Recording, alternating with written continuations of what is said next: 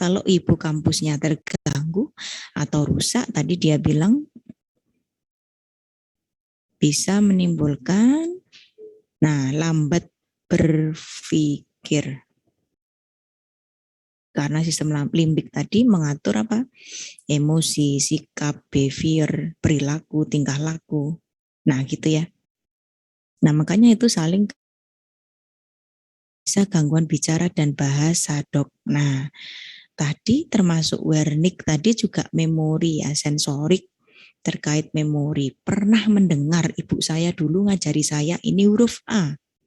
Pada saat hipokampus rusak, disuruh mengulangi huruf A yang susah. Apa ya?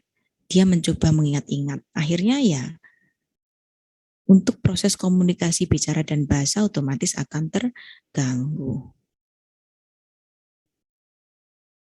Ya, terus fungsi yang keempat.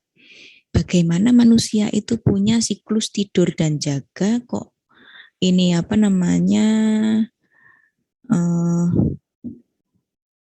teratur. Nah, ternyata kita mempunyai siklus dalam 24 jam namanya circadian rhythm. Sama dengan siklus atau ritme sehari, yaitu 24 jam. Tidak sama pada beberapa spesies. Pada human teratur. Dan pada human ini kita disetting pagi itu kerja, malam itu tidur. Pagi itu bangun, malam itu tidur. Beda dengan hewan. Contoh tikus. Ya, contoh kelelawar. Kalau pagi justru tidur, makanya jangan cari tikus di pagi hari atau siang hari. Malam dia justru bangun, berkeliaran di mana-mana. Kelelawar pun juga begitu. Nah, itu makanya dia bilang tidak sama pada beberapa spesies. Nah, pada kita ini teratur, Dek. Kenapa? Karena ada regulasi kontrol tidur dan jaga, yaitu dari reticular activating system, terutama di formatio reticularis di batang otak, nukleus reticularis di batang otak ya, di pons tadi loh ya, reticularis vestibularis ya, di dekat situ. Jika terjadi rangsangan maka akan menimbulkan jaga, bangun, melek. Beberapa area yang erat hubungan dengan tidur dan jaga. 1. Locus coruleus terletak di dorsal pons. Jika ada rangsangan juga menimbulkan jaga. Neurotransmitternya noradrenalin. Beberapa katekolamin agonis yang dapat menimbulkan jaga yaitu golongan amfetamin, katekolamin agonis ya, atau ekstasi ini ya. Santin, golongan santin atau contohnya adalah jenis kafein kopi ya.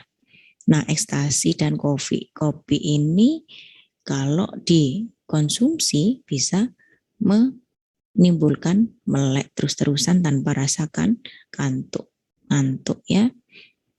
Nah, kebalikannya ada area namanya rough nuclei.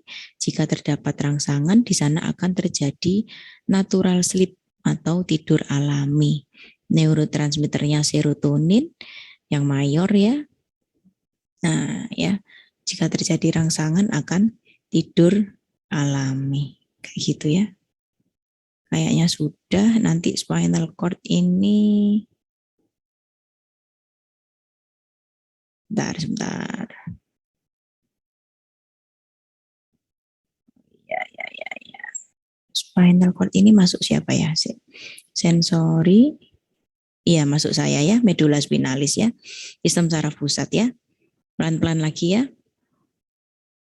Jadi spinal cord ini berada di kolumna spinalis di vertebra. Berjajar dari leher sampai tulang ekor ya. Ya. Kemudian memproteksi spinal cord atau medula spinalis. Ada 33 kolumna vertebra, kolom tulang belakang ya, starting at the base of the skull ya. Mulainya dari dasar dari tulang tengkorak, endingnya yaitu 2 section atau 2 area di pelvis dan tulang ekor. Jadi 33 itu kalau di breakdown menjadi 7 di area leher, 12 di area dada atau toraks, 5 di area lumbal atau punggung bawah ya. Kemudian 5 di area sakral dan 4 di area koksik. Nah, kolumna spinalis ini fleksibel ya. Above the sacrum, di atas sacrum ini fleksibel, dan and the disc between the vertebra act as shock absorber and allow flexibility, ya, bisa melekuk-lekuk ya, membungkuk-bungkuk. Nah, itu yang di atas sacrum ya. Ya, spinal column atau columna spinalis didukung oleh otot-otot dan ligamen. Spinal canal is like a tunnel for your spinal cord. Yeah. The spinal cord is surrounded by membranes and fluid and is protected by the vertebra. And it is possible to fracture the vertebra without damaging the spinal cord. Jadi memang dilindungi spinal cord atau medulla spinalis ini dilindungi oleh tulang belakang yang sangat kokoh kuat. Sehingga kalau fraktur tulang belakangnya dimungkinkan medulla spinalisnya masih nggak apa-apa ya. This is referred to as a having no neurological deficit, and once the vertebra have healed or been stabilized by surgery, the spinal cord is once again protected ya.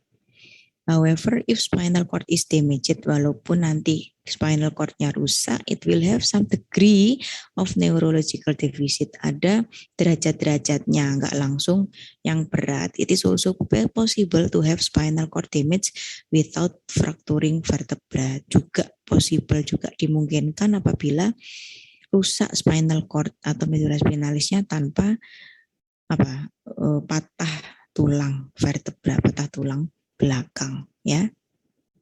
Nah, ini tunnelnya ya di sini. Jadi dia tuh kayak terpendam di situ medulla spinalisnya di columna spinalis. The spinal cord is part of the central nervous system ya. Medulla spinalis adalah bagian dari sistem saraf pusat ya, which comprises the spinal cord and the brain ya, yang terdiri dari spinal cord dan otak.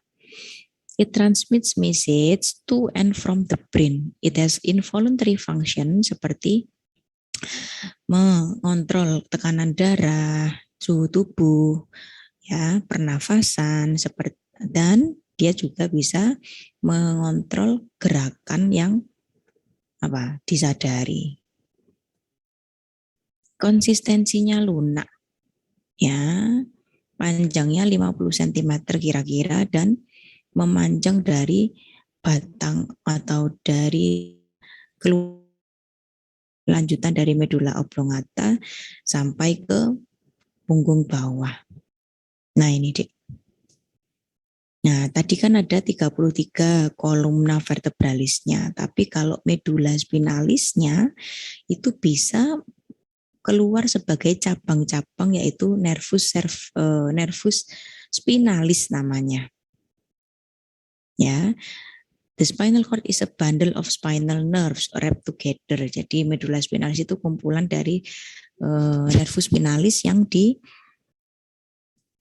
dibungkus bersama-sama ya. Jadi disatukan bersama-sama sebelum akhirnya dia masuk dan keluar melalui small spaces between the vertebra. Nah, keluarnya lewat ini, Dek. Nah, ini nerve root ini ya. Ya, di antara kolumna vertebralis itu ada small spaces yang bisa mengeluarkan serabut saraf spinalis atau nerve root ini ya.